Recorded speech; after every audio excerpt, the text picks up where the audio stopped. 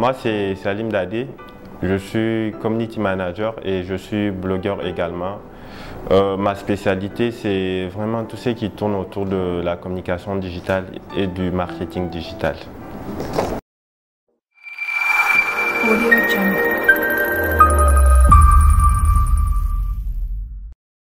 Je définirais le leadership des jeunes comme en fait cette aptitude pour nous les jeunes d'abord à se surpasser, à avoir en fait vraiment une grande notoriété et une grande influence pour notre communauté.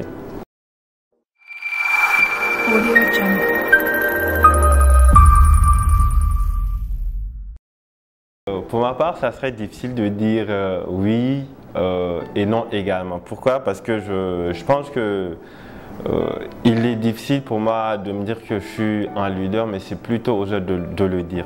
Mais toutefois, je dirais que oui, je corresponds à cette définition. Pourquoi? Parce que je suis un influenceur dans mon domaine et que aujourd'hui j'ai cette aptitude, si vous voulez, à convaincre beaucoup de jeunes et à atteindre en fait, à partager mes objectifs et mes rêves avec une communauté de jeunes qui est là.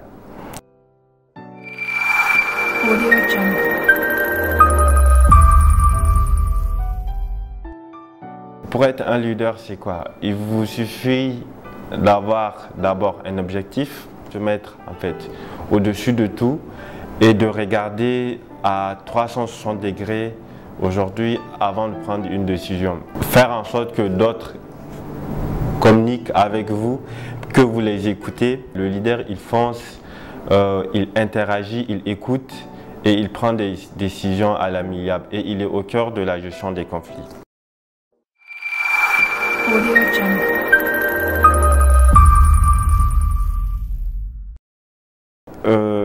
J'aime bien le dire, tout le monde peut être leader, mais très malheureusement non, parce qu'il y a beaucoup de gens qui ont du talent, qui ont ce sens de leadership, mais qui n'osent pas en fait se réveiller. Donc je crois que le leadership aujourd'hui, il s'apprend au fil du temps dans notre société, dans notre comportement de tous les jours.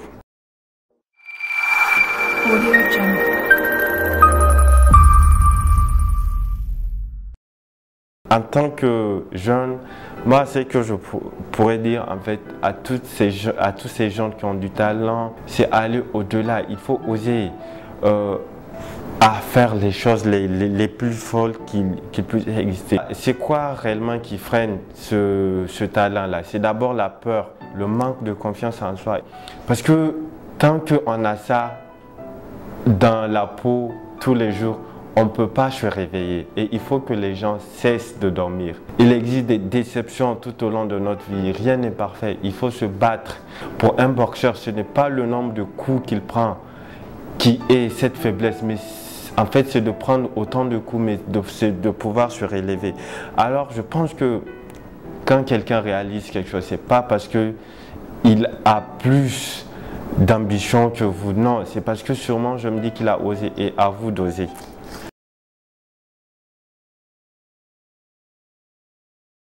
Le niveau de leadership au Niger des gens, je pense que il est à un terme moins. Pourquoi? Parce qu'au Niger, on a beaucoup de leaders. Moi, j'en ai rencontré beaucoup de jeunes qui aujourd'hui sont vraiment des leaders dans leur communauté et ils positivent vraiment cette communauté-là.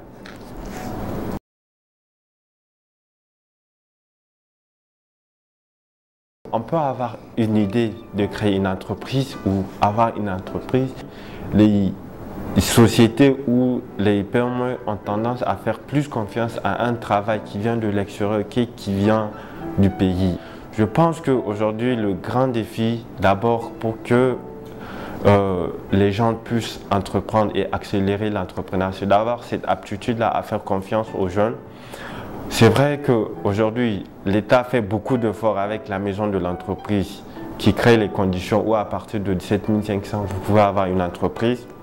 Mais toutefois, le défi s'arrête également à la conquête du marché.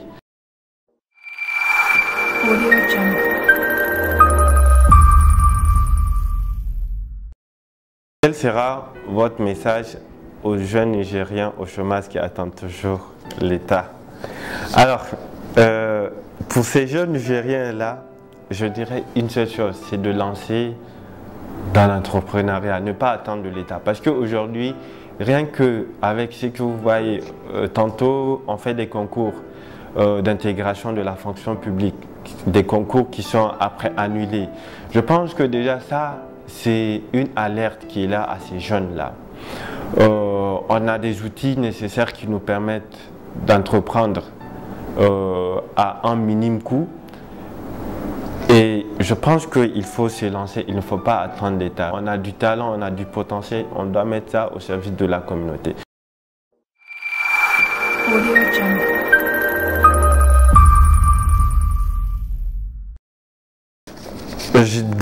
Des projets, j'en ai beaucoup, mais je préfère juste m'attarder sur un qui est principalement mon projet 2018. C'est quoi?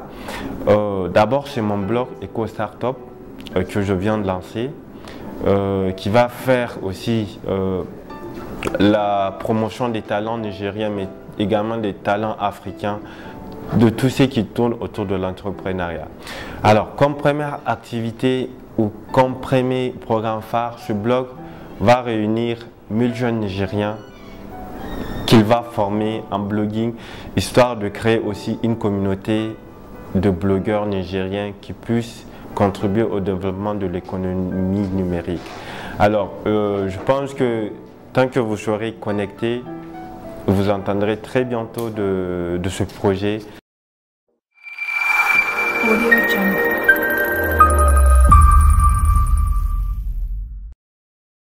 Un message à l'endroit des autorités. Mon message à l'endroit des autorités, c'est de dire à ces autorités-là, il y a beaucoup de gens qui ont du talent. Il y a beaucoup de gens qui ont envie de réaliser beaucoup de choses pour le Niger. C'est de les aider en mettant en œuvre des outils qui favorisent le développement de l'entrepreneuriat, qui favorisent l'accélération des startups. Ces gens-là, ils sont là, mais par manque de visibilité aujourd'hui, ils se meurent ou bien ils se découragent. L'État doit mettre en avant cette communication-là pour le développement de l'entrepreneuriat au Niger.